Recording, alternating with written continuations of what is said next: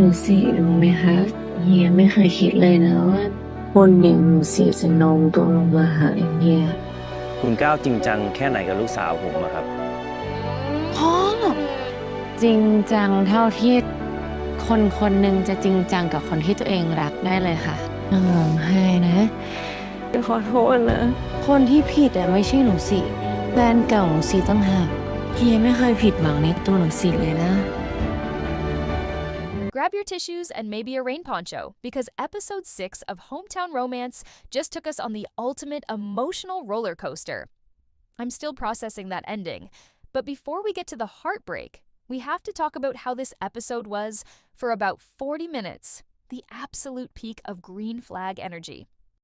หนูสิอยู่ในห้องน้ำนี่มีผู้หญิงที่ไหนไม่รู้มาขอจูบเฮียในห้องน้ำทำไมต้องมาขอจูบเฮียหนูสิไม่ยอมหรอกนะแล้วอีกอย่างนะจูบของเฮียมีไว้ให้หนูสิคนเดียวเท่านั้นแหละ We finally saw C and Klao stop dancing around their feelings and actually talk.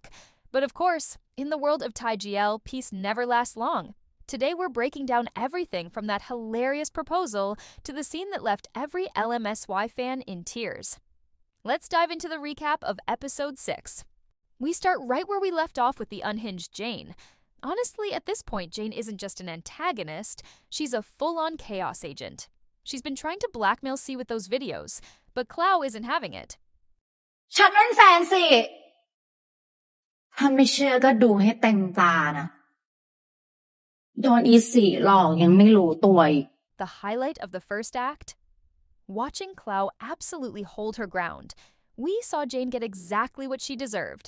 And no, I'm not just talking about the verbal takedown.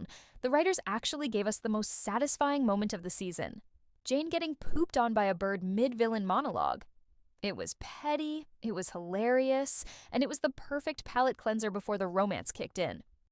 ถ้าแกไม่กลับฉันจะแจ้งตำรวจเฮ้ยเจนไปคุยให้รู้เรื่องเจนปล่อยเจนปล่อยเจนเฮ้ยติดเฮีย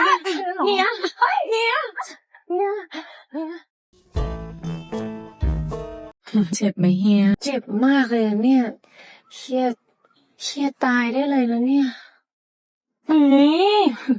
มากหรอเล่นเนาเฮีย And then, the proposal.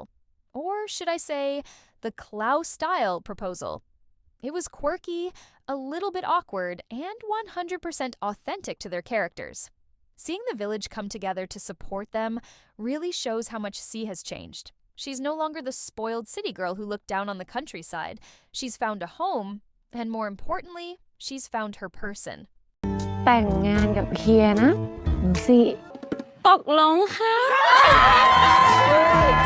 เฮียก้าวได้แต่งงานแล้วว้าว What makes Hometown Romance stand out in 2026 is the maturity. Usually, in these dramas, a misunderstanding lasts 4 episodes. Here, C and Klao actually sat down and discussed their insecurities. หนูสิขอบคุณอะไรก็ตามบนโลกใบนี้ที่ทำให้หนูสิได้มาเจอเจ้าของที่ดินที่น่ารักหนูสิรักเฮียก้าวนะเฮียเขียนอะไรในคลิปนั้นบ้างเหรอเฮียไม่ได้สนใจเลยด้วยซ้ำ C opened up about her family, feeling like the black sheep compared to her sister. We got those flashbacks showing how her parents always treated her like a porcelain doll rather than a person with ambitions. It explains so much about why she acted out in the earlier episodes. พอเฮียรู้แบบนี้แล้วอะหนูสิยังเป็นนางฟ้าของเฮียอยู่หรือเปล่านางฟ้าก็คือนางฟ้าเฮียไม่สนใจเรื่องอดีตหรอก Klao's response was pure gold. She didn't just offer empty comfort. She validated C's growth. The chemistry between Look Me and Sonia is just off the charts this week. Every look, every accidental touch, it felt like they were finally in sync. The way Klao looks at C is like she's the only person in the world, and honestly, we're all melting. Midway through the episode, we got some of the cutest domestic scenes yet. From C helping out on the farm, and actually succeeding, to the banter with the villagers. Even the animals on the farm seem to be rooting for them. We also saw C's growth as a businesswoman. She's finally using her skills to help the village, proposing a plan that benefits everyone, not just her family's company. It's a beautiful character arc, but as the sun started to set on their perfect day, the Chekhov's gun we've all been dreading finally went off. The show has been dropping hints about Ju's health for weeks. We knew about the kidney issues, but we weren't ready for how it would be handled. The final 10 minutes shifted the tone completely. That dream sequence? Absolute emotional warfare. Seeing Ju say his goodbyes and the realization hitting Klao was devastating. Sonya's acting in the final scene, the raw grief, the breakdown, was a career best.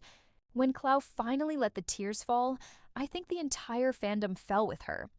It was a gut punch ending that reminds us that even in a romance, life is unpredictable. Seeing C step up to be Klao's rock in that moment shows how far their relationship has come. They've moved past the fake engagement and into something deeply real.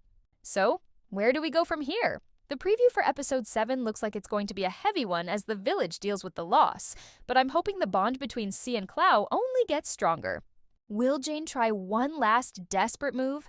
And how will C's parents react when they realize she's truly committed to this rural life? Let me know your theories in the comments below. Don't forget to like, subscribe, and hit that notification bell so you don't miss next week's breakdown. Until next time, keep swooning. Want more queer content?